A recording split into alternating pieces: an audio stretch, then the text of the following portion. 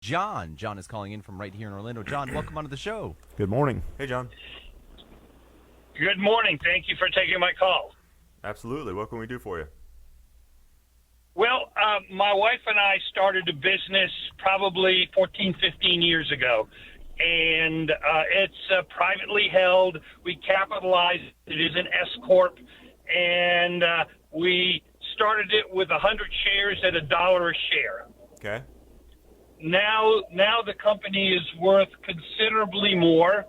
Now we do have income and we do have expenses, but even with that, the business is worth considerably more than the original $100. All right. If we were to pass away and pass it on to our children, is it like a home where there's a stepped-up value? Under today's laws, we know things may change. Well, actually, it's a complicated question because it really depends on how that business is ultimately sold. And that's when you want to have a good tax consultant working for you whenever you sell, whether it's an S Corp, C Corp, an LLC, doesn't matter. How a deal is structured will affect how it's taxed to your heirs, whether it's going to be taxed as maybe depreciation recapture in your business, would be taxed as ordinary income. So it's not like a step up in basis in a home. It's just not that simple. Selling a business has very complicated tax implications. So I would recommend that you consult. Now, obviously, if you're leaving it upon death, you're not going to be consulting, but you could talk with a CPA now about ways to assist your heirs in structuring a deal so that something is more favorable to them. And one of the challenges that we see now, and it's not really an issue right now, is with the estate taxes, is that if they drop that estate tax limit and your business turns out to be worth more than that, then your children have a liquidity issue and a tax issue with a business that's probably not very liquid, and then how do they end up paying the estate taxes on that? So that's something that you really need to do some advanced planning on if you have a closely held business that you intend to pass on to your children at some point in the future, especially if the estate tax laws change. Yeah. So it would be like selling it.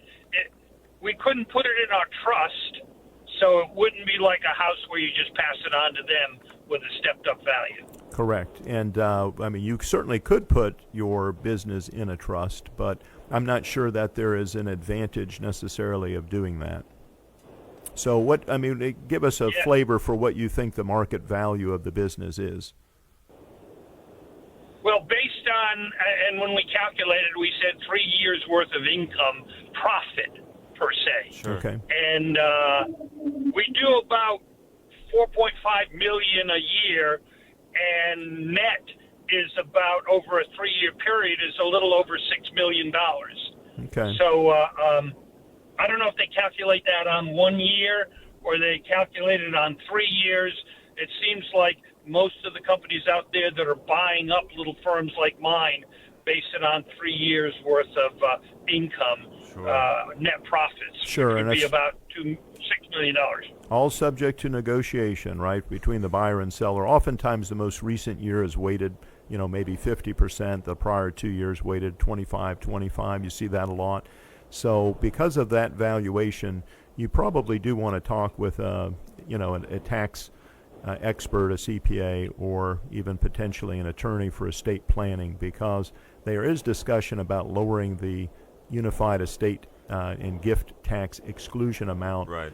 Currently it's $22 million for a couple. Very high. Yeah, but there's the potential to see that go down to $3 to $6 million, and then a lot of us could be affected. Right. Yes. So, well, thank you for the call. I wish we could give you a more detailed answer, but selling a business is a lot more complicated. And I will point out that if you want to continue the discussion, we do have Rodney in our office, who is a CFP and a CPA, can probably get a little bit more in depth with you. And he's in the office if you want to call him at 407-869-9800, and he'll be there taking calls for a little while longer. So